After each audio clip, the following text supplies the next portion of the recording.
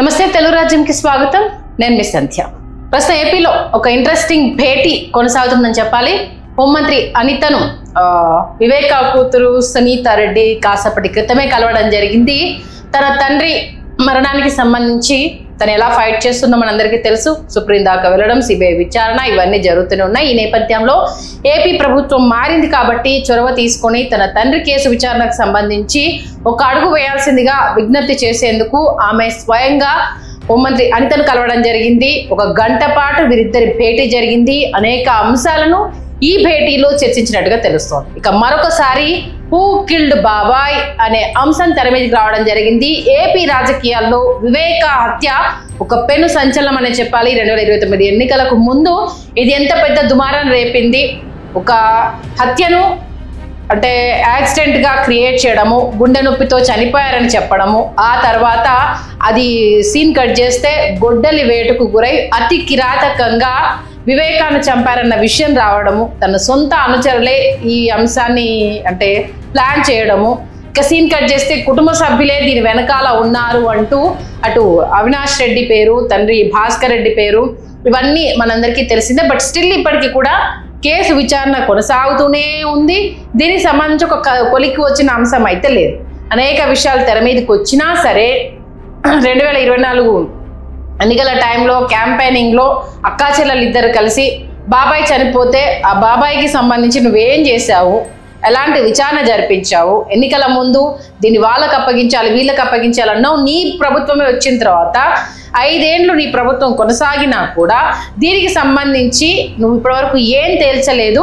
Even సునీతమ్మ కలుస్తా అన్నా కూడా నువ్వు అపాయింట్మెంట్ ఇవ్వలేదు. విజయమ్మతో చెప్పించినా కూడా నువ్వు కలవని సందర్భాలు ఉన్నాయి. 1-2 కంటి తురుపు చర్యలు తప్పితే, కలిసి మాట్లాడడం తప్పితే ఈ అంశానికి సంబంధించి సునీతమ్మ ఫైట్ చేస్తున్నా కూడా ఎక్కడ ఎలాంటి సహకారం అందించకుండా అవినాష్ రెడ్డి వైపు నిలబడడంతో చాలా రకాల విమర్శలు వచ్చినా, బట్ కడప పార్లమెంట్ కావచ్చు, కడప అసెంబ్లీ సెగ్మెంట్లో కావచ్చు, ఎంత ప్రచారం చేసినా ఈ కంచుకోటలో మాత్రం ఏం చేయలేకపోయారు. అక్కచెల్లెలు ఇద్దరు కలిసి ప్రచారం చేసిన ఆడపిల్లలను జోల పట్టుకొని అడుగుతున్నాము, నా తండ్రిని చెప్పిన వాళ్లకు సహకరిస్తున్న వాళ్ళకు ఓట్లు వేయొద్దు అంటూ బాహాటంగానే విమర్శలు చేయడము, దానికి సంబంధించి సునీతమ్మ పోరాటము ఇక్కడ అసలు ఇంకా వెనుదిరగకుండా ఎన్ని థ్రెటాన్స్ వచ్చినా అసలు ఒక్కదానివి నువ్వేం చేస్తావనన్నా ఏంటంటే నిజంగా ఒక బాధాకరమైన విషయం ఏంటంటే ఒక పొలిటీషియన్స్ పిల్లలకు ఆల్మోస్ట్ ఆల్ అంతో ఇంతో మాట్లాడే సత్తా ఉండడము, లేకపోతే ఇప్పుడు రాజశేఖర రెడ్డి వారసులు కావచ్చు, వస్తున్న రాజకీయ వారసుల్ని మనం చూస్తూనే ఉన్నప్పుడు లోకేష్ బాబు ఎంత రాటుదేలాడనేది చూస్తున్నాము, కేసీఆర్ వారసులు కేటీఆర్ కవిత కావచ్చు, వీళ్ళందరినీ మనం చూస్తున్నప్పుడు రాజకీయ వారసులకు అంతో ఎంతో మాట్లాడే తత్వము గుణం ఉంటుందనేది మనకు తెలుసు. బట్ వైఎస్ సునీతా రెడ్డి మొదటి నుంచి కూడా తను తండ్రి రాజకీయాలకు దూరంగా ఉండడం, డాక్టర్ వృత్తిలో స్థిరపడము, ఆ తర్వాత స్టేట్స్లో వాళ్ళు ఉండిపోవడం, ఎప్పుడు పొలిటికల్గా ఇన్వాల్వ్ అవ్వకపోవడం మనకు తెలిసిందే. ఆ గొంతు లేకపోవడం అనేది అంటే తన బాధను ఎప్పుడు చెప్దామనుకున్నా మిగతా వాళ్ళలాగా అంటే ఇప్పుడు మేము మాట్లాడిన దాంట్లో నిజంగా ఒక 10% ఆవిడ మాట్లాడగలిగినా కూడా ఆ ఇంపాక్ట్ అనేది వేరేలా ఉండేది. పాపం తన వాయిస్ అనేది రేస్ చేయలేకపోయింది. చాలా రకాల మీడియా సమావేశాలు పెట్టింది. ఆ టైంలో అవినాష్ రెడ్డి ఎక్కడున్నాడు, అక్కడ అవినాష్ రెడ్డి బయటికి వచ్చినప్పుడు కావచ్చు, ఆయన పిఏ కృష్ణమూర్తికి సంబంధించి కావచ్చు, తర్వాత దాని వెనకాల ఉన్న వ్యక్తుల గురించి కావచ్చు, వాళ్ళ కాల్ డేటా తీయడము, ఆ లొకేషన్ మ్యాప్ తీయడము, ఆల్మోస్ట్ ఆల్ తను ఒక చిన్నపాటి ఇన్వెస్టిగేషనే చేసింది. తండ్రి మరణం అంటే నిజంగానే గుండెపోటు అని అనుకోవడము, తర్వాత ఇది హత్య అని తెలిసిన తర్వాత ఇంత కిరాతకంగా మా నాయన్ని చంపేంత పగలు ఎవరికి ఉన్నాయి అనేసి సీన్ కట్ చేస్తే ఇంట్లో వాళ్ళ పనే అంటూ కూడా సుపారీ ఇచ్చి మాతో చేయించారు అంటూ కూడా ఆ తెర మీదికి రావడంతో హూ కిల్డ్ బాబాయ్ అన్న విషయానికి సంబంధించి ఎంత రాజకీయ రచ్చ జరిగిందో మనం చూస్తూనే ఉన్నాము. ఈ నేపథ్యంలో ఇప్పుడు హోంమంత్రి అనితను సునీత వెళ్ళి కలవడము చర్చనీయాంశమైంది. మరి పొలిటికల్గా సర్కిల్లో అంటే ఇది ఎలాంటి మలుపులు తిరగబోతోంది, మరి ఇప్పుడు ఆ గవర్నమెంట్ ఎలాగో ఏం చేయలేకపోయింది, ఈ గవర్నమెంట్లో అంటే ఆల్మోస్ట్ ఆల్ సునీత కావచ్చు ఇటు వెనుకుండి నడిపించింది, ఏపీ ఇప్పుడు కూటమి గవర్నమెంటే నడిపించిందన్న వాదనలు కూడా మనం వినడం జరిగింది. అల్లు పెరగని పోరాటం చేసింది, సుప్రీం దాకా వెళ్ళి ఒక కూతురిగా ఎంతవరకు తన తండ్రి చావుకు సంబంధించి ఫైట్ చేయొచ్చు అంతవరకు గివప్ ఇవ్వకుండా మాత్రం సునీతమ్మ ఫైట్ చేస్తూనే ఉంది. టిల్ ఇప్పటికీ చేస్తూనే ఉంది. సమస్య అది అంటే ఒక పేరు ప్రఖ్యాతులు ఉన్న వ్యక్తి మాజీ సీఎం బ్రదరు, అలాగే ప్రజెంట్ అంటే అంతకుముందున్న వైఎస్ రాజశేఖర రెడ్డి మాజీ సీఎం బ్రదరు, ఆ తర్వాత మళ్ళీ బైఫర్కేషన్ అయిన తర్వాత ఉమ్మడి ఆంధ్రప్రదేశ్ మాజీ సీఎం బ్రదరు, బైఫర్కేషన్ అయిన తర్వాత మొన్న మాజీ సీఎం బాబాయి, ఏపీ రాజకీయాల్లో కీలక భూమిక పోషించిన వ్యక్తి, అనేక రకాలుగా సేవలు అందించిన వ్యక్తి. ఆ వ్యక్తి అంత పెద్ద ప్రొఫైల్ ఉన్న వ్యక్తి చనిపోతేనే ఇంకా ఎవరు చంపారనేది తేల్చకపోవడము అనేది ఇప్పటికీ విస్మయానికి గురి చేసే విషయం అని చెప్పాలి. ఇప్పుడు మరి కూటమి ప్రభుత్వం వచ్చిన తర్వాత ఫస్ట్ ఫైల్ ఇదే ఓపెన్ చేస్తారని చాలామంది ఎక్స్పెక్ట్ చేశారు.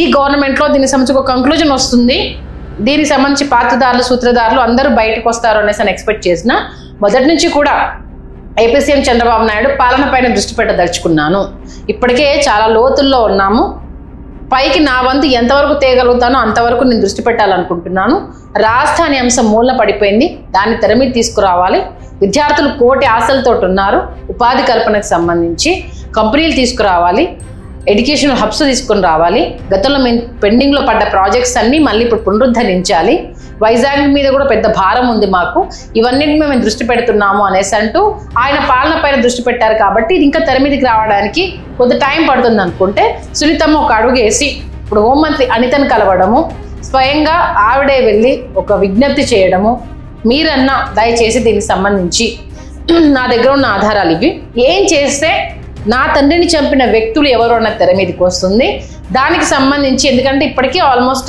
చాలా ఎవిడెన్స్ తారుమారు అయిపోయాయి, దస్తగిరి తెర మీదకి వస్తూ ఇంటర్వ్యూలు ఇస్తున్నా, ఈవెన్ దాని మీద బాబాయ్ వివేక హత్యకు సంబంధించి మూవీ కూడా తీసిన, అంటే ఏం జరిగింది ఎలా జరిగింది అనేది కళ్ళ కట్టినట్టు చూపించిన, ఎవరు తెర వెనకాల ఉండి చేస్తున్నారు అనేది భాస్కర్ రెడ్డి పాత్ర ఏంటి, అవినాష్ రెడ్డి పాత్ర ఏంటి, ఆ టైంలో గూగుల్ మ్యాప్ లొకేషన్లో ఎక్కడున్నారు, దానికి సంబంధించి కొన్ని ప్రాక్టికల్ ఎవిడెన్సెస్ అక్కడ చూపించినా సరే దాన్ని తారుమారు చేసే ప్రయత్నాలు చేయడము, ఇన్ని సంవత్సరాలు అయిపోయింది కాబట్టి దీన్ని చేతులు మారడంతో ఇప్పుడు ఏ ఎవిడెన్స్ ఉన్నాయి, ఎవరెవరి పేర్లు దీంట్లో ఉన్నాయి, ఇప్పుడు సునీతమ్మ దగ్గర ఉన్న ఎవిడెన్స్ ఏంటి, అప్పుడు సిబిఐకి ఇచ్చినప్పుడు వీళ్ళ దగ్గర నుంచి వచ్చిన ఎవిడెన్స్ ఏంటి, లోకల్ పోలీసులు ప్రాథమిక విచారణ చేయకుండానే హార్ట్ అటాక్ అని చెప్పగానే ఎలా ప్యాక్ చేసి బయటికి తీసుకొస్తారు, రక్తపు మరుగులంతా తుడిచింది ఎవరు, ఫస్ట్ న్యూస్ బయటకి ఇచ్చింది ఎవరు, పిఏ కృష్ణమూర్తి చెప్పింది కావచ్చు, వాళ్ళ ఇంట్లో పని వాళ్ళు చెప్పింది కావచ్చు, దస్తగిరి చెప్పింది కావచ్చు, ఒక్కటేంటి వీడని ప్రశ్నలు అయితే చాలా ఉన్నాయి. ఇక్కడ అవ్వట్లేదు, ఇంకా హైకోర్టులో తేలట్లేదు అంటూ సునీతమ్మ సుప్రీంకి వెళ్ళిన విషయం కూడా మనకు తెలిసిందే. మరి ఇప్పుడున్న కూటమి ప్రభుత్వం మరి సునీతమ్మకి ఎంతవరకు న్యాయం చేస్తుంది? నిజంగా అయితే తెలియాల్సిన విషయమే. హూ కిల్డ్ బాబాయ్ అన్న విషయము కుటుంబ సభ్యుల పన, బయటి వాళ్ళ పన, వీళ్ళ ప్రమేయం లేకుండానే జరిగిందా అని అంటే ప్రతి ఒక్కరి వేలైతే వాళ్ళ ప్రమేయం లేకుండా జరిగేదైతే ఉండదు, ఏదో గుడ్పుటాన్ని ఉంది, రకరకాల కథనాలు, ఏదో భూతగాథ వచ్చిందని, ఈయన ఉంటే మమ్మల్ని కుటుంబంలో ఎదగనీయడనేసి, దేనికైనా ఇప్పుడు జగన్కినే అంటే బాబాయిని కాదని వీళ్ళకి ఇచ్చేస్తే ఎక్కడ అవినాష్ రెడ్డి నడిపిస్తున్నాడన్నా భాగోతాలు బయటకు వస్తాయని కావచ్చు, లేకపోతే భారతమ్మ హీరోలు పోషించాలన్నా, ఇప్పుడు చెల్లెని పంపించాలన్నా ఈయన ఉంటే, వివేక ఉంటే ప్రతిదానికి అడ్డుపడతాడని కావచ్చు. అంటే వివేక హత్యకు సంబంధించి షార్ట్ ఫిలిం సినిమాలో ఆ స్టోరీ అంతా పొందుపరిచిన తర్వాత చాలా రకాల ప్రశ్నలు అయితే కళ్ళ ముందు ఉన్నాయి. మరి ఇప్పుడు కూటమి ప్రభుత్వం వచ్చాక ఇది మళ్ళీ కేసు రీఓపెన్ చేస్తారా, లేకపోతే ఇన్వెస్టిగేషన్ నుంచి స్టార్ట్ చేస్తారా, సుప్రీం ఆదేశాలతో మనం ముందుకెళ్ళే అవకాశం ఉంటుందా, అదే సిబిఐ విచారణ కంటిన్యూ అవుతుందా, లేదు మళ్ళీ కొత్తగా ఒక టీంని ఏమన్నా అపాయింట్ చేస్తారా, చాలా రకాల ప్రశ్నలు అయితే కళ్ళ ముందు తిరుగుతున్నాయి. మరి ఎంతవరకు వివేక హత్య కేసుకు సంబంధించి ఈ 5 ఏళ్ల కాలంలోనే ఇది కంప్లీట్ అవుతుందా, లేదు మిగతా కేసుల్లానే ఇది డ్రాగ్ ఆన్ అవుతూనే ఉంటుందా?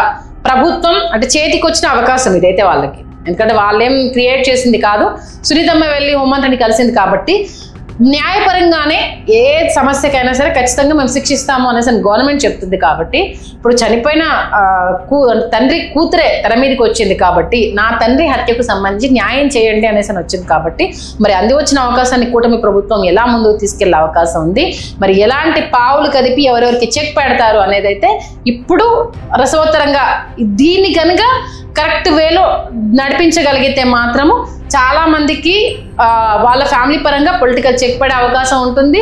నిజాలు ముఖ్యంగా ఒకటి తెలియాల్సింది ఏంటంటే ఎవరు చంపారు అన్నది కథనాలు వేరు, కంక్లూజన్ వేరు. ఖచ్చితంగా మనకు నోటికి వచ్చింది విన్నది మన దగ్గరకు వచ్చేసరికి చిలువలు పలవలు చేసింది చాలా ఉంటాయి, వాస్తవాలు తెలియాలి. దీన్ని అందుకొని రాజకీయ లబ్ధి పొందిన వాళ్ళు కావచ్చు, కుటుంబంలో చలామణి అవుతున్న వాళ్ళు కావచ్చు, లేదు కుటుంబ పరంగా కాకుండా ఇది నిజంగానే ఒక భూతగాథకు సంబంధించిందా, ఫ్యామిలీ పరంగా ఇది అయిన తర్వాత సెకండ్ భార్య తెర మీదకి రావడము, ఇలాంటి రకరకాల అంశాలు ఉన్నాయి. కాబట్టి దీంట్లో ఉన్న మర్మం ఏంటి అనేది మాత్రం ఖచ్చితంగా తెలిసి తీరాల్సిందే. పొలిటికల్గా కాకపోయినా ఒక పొలిటికల్ పవర్ ఉన్న వ్యక్తి ఎవరైనా కానీ వైఎస్ రాజశేఖర రెడ్డి ఉన్నప్పుడు ఆయన హయాంలో కీ రోల్ పోషించిన వ్యక్తి. తర్వాత వైఎస్ జగన్మోహన్ రెడ్డి తోటి విభేదించిన ఆ తర్వాత విజయమ్మ తర్వాత వెళ్ళి మంతనాలు జరపడం, కలిసి నడవడం ఇవన్నీ మనకు తెలుసు. కాబట్టి ఇంత కీ రోల్ పోషించిన వ్యక్తి మరణానికి సంబంధించి ఇప్పటికీ ఛేదించలేకపోతే ఇప్పుడు సామాన్యుల పరిస్థితి ఏంటి అన్నది ఒక క్వశ్చన్ రేజ్ అవుతుంది. అందులోనూ ఇప్పుడు ఏపీలో కొంత శాంతి భద్రతలకు విఘాతం కలుగుతుందనేది జరుగుతున్న అల్లర్ల నేపథ్యంలో ఇంకా ఆజ్యం పోసినట్టు అవుతుంది. కాబట్టి ఒకటి న్యాయం జరిగిందని అంటే మిగతా వాళ్ళకు కూడా భరోసా వచ్చే అవకాశం ఉంటుంది. మిమ్మల్ని నమ్మి మీ ఎదుటికి వచ్చిన ఆడబిడ్డకు అది శత్రువు పిల్లలైనా సరే మేము న్యాయం చేస్తామన్న ఒక సంకేతం వెళ్తే అది కూటమికి కూడా మంచి ఏంటంటే మెసేజ్ వెళ్ళే అవకాశం ఉంటుంది.